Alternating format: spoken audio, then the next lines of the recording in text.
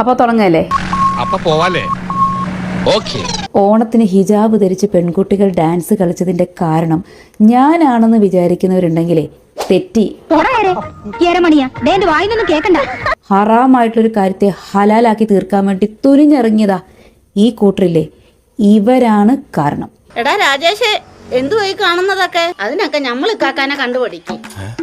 ഇവരെല്ലാരും കൂടി ഹറാമായിട്ടുള്ളൊരു കാര്യം ഹലാലാക്കാൻ വേണ്ടി മക്കളെ നിങ്ങൾ ഹിജാബിട്ട് ഡാൻസ് കളിച്ചോ, ഒരു കുഴപ്പമില്ല എന്ന് പറഞ്ഞ് കുട്ടികൾ എന്ത് ചെയ്തു, അതങ്ങോട്ട് ഏറ്റെടുത്തിട്ട് ഓരോന്ന് കാണിക്കുകയാണ്.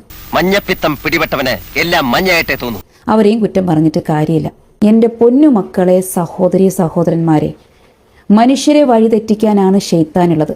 അത് സോഷ്യൽ മീഡിയയിലും ഉണ്ട്. ആരാന്റെ കാര്യത്തിൽ എന്താ താല്പര്യം? തെറ്റ് ശരി നിശ്ചയിക്കാൻ നിങ്ങളാരാ? വലിയ ന്യായാധിപം വന്നിരിക്കുന്നു. അവരുടെ വലയിൽ ദയവേത് നിങ്ങൾ വീണു പോവരുത്. നിങ്ങളുടെ ഈമാൻ കാത്തു സൂക്ഷിക്കുക. താനാരമാത്തിന്റെ കാവൽക്കാരനാ, ഒന്ന് ഇറങ്ങിപ്പോടോ. അപ്പൊ തുടങ്ങല്ലേ? അപ്പൊ പോവാലേ? ഓക്കേ. ഓണത്തിന് ഹിജാബ് ധരിച്ച് പെൺകുട്ടികൾ ഡാൻസ് കളിച്ചതിന്റെ കാരണം ഞാനാണെന്ന് വിചാരിക്കുന്നവരുണ്ടെങ്കിലേ തെറ്റി. ഹറാമായിട്ടൊരു കാര്യത്തെ ഹലാലാക്കി തീർക്കാൻ വേണ്ടി തുനിഞ്ഞിറങ്ങിയതാ ഈ കൂട്ടറില്ലേ, ഇവരാണ് കാരണം.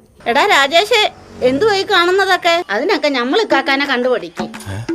ഇവരെല്ലാരും കൂടി ഹറാമായിട്ടുള്ളൊരു കാര്യം ഹലാലാക്കാൻ വേണ്ടി മക്കളെ നിങ്ങൾ ഹിജാബിട്ട് ഡാൻസ് കളിച്ചോ, ഒരു കുഴപ്പമില്ല എന്ന് പറഞ്ഞ് കുട്ടികൾ എന്ത് ചെയ്തു, അതങ്ങോട്ട് ഏറ്റെടുത്തിട്ട് ഓരോന്ന് കാണിക്കുകയാണ്. മഞ്ഞപ്പിത്തം പിടിപെട്ടവന് എല്ലാം മഞ്ഞയായിട്ടേ തോന്നും. അവരെയും കുറ്റം പറഞ്ഞിട്ട് കാര്യമില്ല. എൻ്റെ പൊന്നു മക്കളെ, സഹോദരന്മാരെ, മനുഷ്യരെ വഴിതെറ്റിക്കാനാണ് ഷെയ്ത്താനുള്ളത്. അത് സോഷ്യൽ മീഡിയയിലും ഉണ്ട്. ആരാന്റെ കാര്യത്തിൽ എന്താ താല്പര്യം? തെറ്റ് ശരി നിശ്ചയിക്കാൻ നിങ്ങളാരാ? വലിയ ന്യായാധിപം വന്നിരിക്കുന്നു. അവരുടെ വലയിൽ ദയവേത് നിങ്ങൾ വീണു പോവരുത്. നിങ്ങളുടെ ഈമാൻ കാത്തു സൂക്ഷിക്കുക. താനാരമാത്തിന്റെ കാവൽക്കാരനാ, ഒന്ന് ഇറങ്ങിപ്പോടോ.